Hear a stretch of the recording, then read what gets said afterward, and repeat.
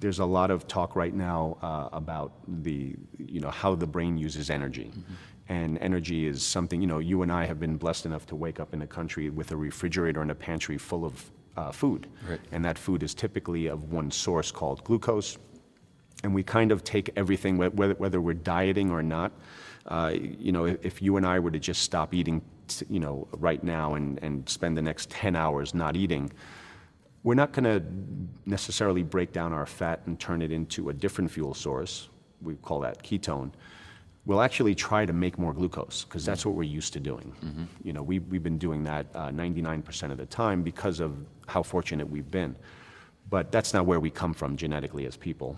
We come from a time where, from a place where, well, just imagine if you live in the northeastern United States 10,000 years ago and it was February, what would be your choices?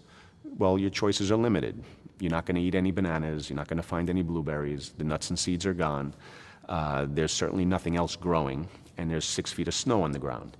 So you see a little squirrel go by, and that becomes your food, or you see a deer. So the human body is probably adapted to going probably a significant amount of time without food, and then in that situation, they would be eating protein and fat. And then in the summertime, it's a different ballgame. I'm not going to chase a deer when I can eat all of this vegetation that's growing around me. So we want the body to use fuel the way it was designed to. We want to encourage our patients to kind of understand that and say, well, we're not going to send you back 10,000 years to try to survive in that world. It's pretty harsh, but let's learn from what that does to our physiology. And what that does is, what we can do is say, let's get the body to burn fuel differently. If you try to just not eat, eventually you'll start making these things called ketones. Ketones is just think of it this way.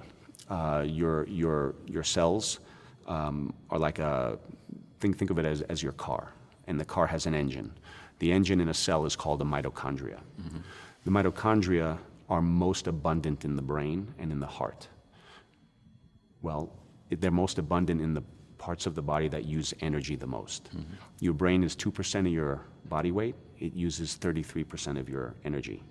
So therefore, any compromise in energy production is going to be manifest as a brain symptom. In most people, that looks like brain fog, fatigue, things like that. Your heart uses a lot of energy as well, but that's typically if you're running full speed. If I'm running a 100-yard dash and my heart is just pounding out of my chest, it's going to use a lot of energy. I'm not going to use my brain to figure out a calculus problem while I'm running against Usain Bolt in the Olympics. But your heart doesn't beat that fast all the time, and your brain pretty much takes over the energy requirements. The only other system that challenges the brain for energy is the immune system when it's challenged. So we've all had the flu at one point or another. You're not figuring out any calculus problems when you're recovering from the flu. You're laying in bed, pretty much brain dead, watching reruns of some show. But once your immune system deals with that virus, well, then your brain gets its energy demands back, and you go back to normal.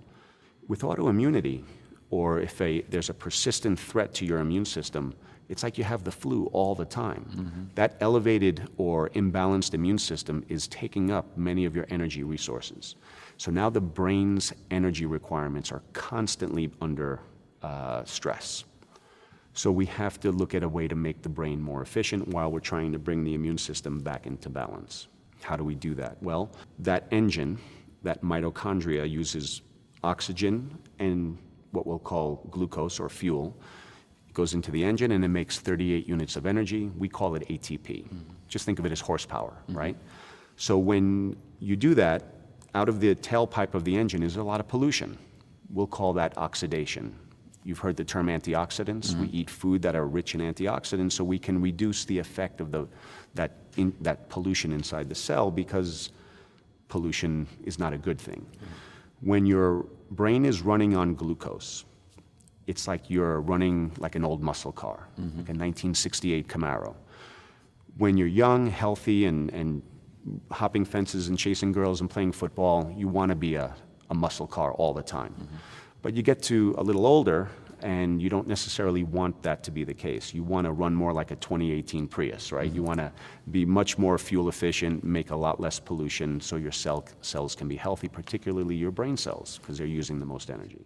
Brain cells of that child produce, instead of 38 units of energy called ATP, for the same amount of oxygen, make 146 units of energy with less oxidation. That's more desirable. In order to do that, we need to shift our fuel from glucose to ketone. Not necessarily 24 hours a day, 7 days a week, but certainly more than it was before. Right. Okay? Shifting somebody's body into that kind of physiology is not easy. It's easy for you and I. You know, a lot of people go into ketosis to lose weight and perform better, and it's kind of easy. I can go, you know, a few days without eating, and my ketones go up, and I get benefit from that. But if you're dealing with a child in a family that's trying to manage their careers and shopping and cooking, it becomes a challenge. So increasing ketones has to happen at the same time you're decreasing glucose. So we ask, how can we increase ketones? Well, there's many things you can do. Long duration, low intensity kind of exercise, so going for long walks, walking the dog, but getting your heart rate up a little bit, not too much, just a little bit for an extended period of time is a good idea. That's a very subtle way. Intermittent fasting, or going a period of time, you know, if there's 24 hours in a day, I always like to say you could take a third of that time and say you're resting and sleeping. You could take a third of that time and saying you're being productive or working, and a third of that time is feeding yourself. And so if you say that in 8 hours I'm going to get all of my calories for the day, that means you're fasting for 16. And if you're sleeping 8 hours, then it's not that difficult.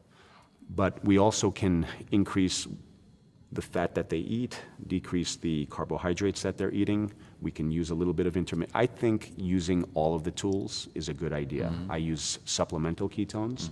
Ketones are something that you can actually, just like glucose can be put into a drink like Gatorade, ketones can be put into a drink that's similar to Gatorade. A little bit more expensive and probably doesn't taste as good, but it can have an impact of elevating the ketones to where you want them to be. In this understanding of physiology, we have to not only think of ketones as a fuel. Ketones are a signaling molecule. It actually will signal insulin to be, your cells to be more sensitive to the hormone insulin. There's a misconception that ketones are somehow like hormones, where if I take an external hormone, I won't make my own. Right. That's not true with ketones. Ketones are a fuel. You'll make what you need to supply for the fuel supply. If I don't eat for 7 days, I'll probably have the same ketone level as if I didn't eat for 20 days. It doesn't just keep going up.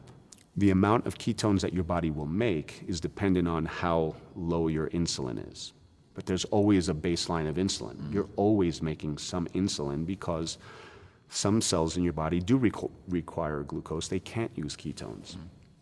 So if my ketones get high and then I add more with a supplement, I'm going to benefit from the signaling and not necessarily so much from the fuel. So I think it's a good idea to supplement ketones.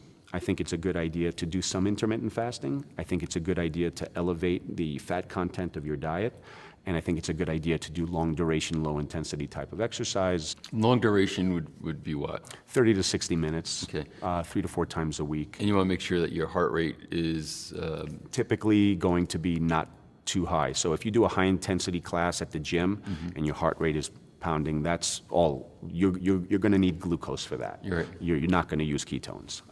And the way it works is glucose can burn without oxygen. Ketones cannot.